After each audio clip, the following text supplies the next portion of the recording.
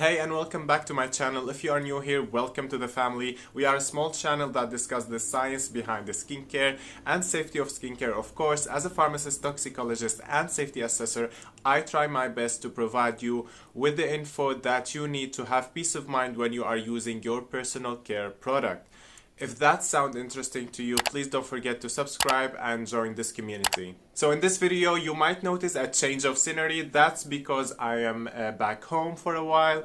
And today we are going to talk about one of the cheapest sunscreen in Europe. It's like 4.5 euros for 150 mils. So you do the math and it's really surprisingly cheap. And it's a full organic filter sunscreen. So no white cast. And it was designed according to the company for sensitive skin. Not really sure about the last part. I will explain it later why I'm not very sure. So let's talk about it.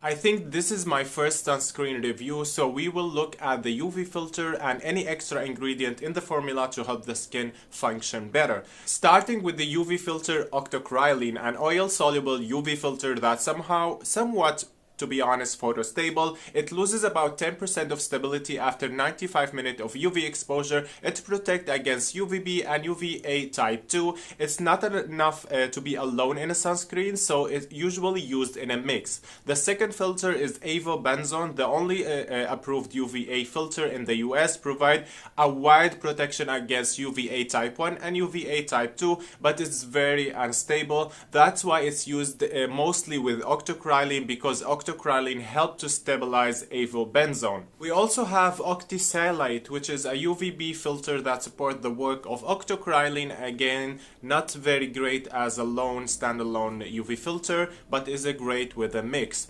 We also all have UVA Sorb HAB, which is a super stable UVA2 and UVB filter. It's kind of a super filter because the stability of this filter is something really special. It loses about 10% after 25 hours of UV exposure. Lastly, we have the filter inosulazole, which is a unique UVB filter because it's water-soluble filter that makes an amazing pick when creating a lightweight textured sunscreen, because like I said, it's a water-soluble. It helps to support the stability of avobenzone as well. When it comes to other ingredients that support the skin function, we have a very little to talk about, to be honest, and we can expect that because it's super cheap. We only have vitamin E to work as an antioxidant to help the skin increase the capacity of the skin to fight free radicals, and we also have glycerin to keep the skin hydrated.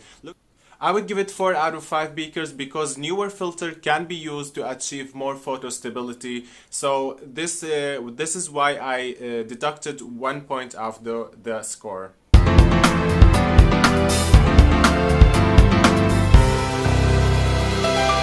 When it comes to real life performance, this sunscreen is very decent. It's a gel cream kind of formulation, absorb really fast, no fragrance whatsoever, plus it gives a nice glow to the skin after application. When it comes to the not so good things, the application can be a little bit messy, to be honest. The formulation is a bit watery, and so you have to be careful when you are dispensing the product because it can dispense a lot than you think. It's heavy with alcohol, so I don't know why the company says it's made towards sensitive skin or sensitive skin friendly, but the company on the website state, and I quote, "The sun cream gel is suitable for people with a tendency to sun allergy, which is called polymorphilic light eruption, also for psoriasis and diabetic skin. It's also suitable for neurodermatitis sufferers and reduce the risk of sun-related skin irritation." So, and I end the quote here. And I need to add one last thing, is that this sunscreen can sting your eyes, so keep it far away from the eye area and use maybe mineral sunscreen around the eyes. I don't know why, but the stinging is not an every time thing. Not with all the people that I tested it on, which is aka my family. So some of people had an eye sting, some other people. For me, I had it twice, but I used it a lot, to be honest. So just keep that in mind. Finishing the real life performance review with an extra plus, to be honest. It's a waterproof for up to 40 minutes.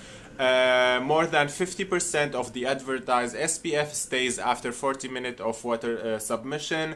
So taking into consideration all of this, I would give it 3.5 out of 5 Happy Mo faces, because it can sting some people. It's heavy with alcohol, so some people who are not very their skin are not very tolerant towards alcohol can have a slight issue with it, but the price always push it to the top pick when it comes to affordable sunscreen. This was my video, guys, and I hope you enjoyed it and found it useful. For this video secret emoji, it will be the sun emoji, because hello, we are talking about sunscreen here.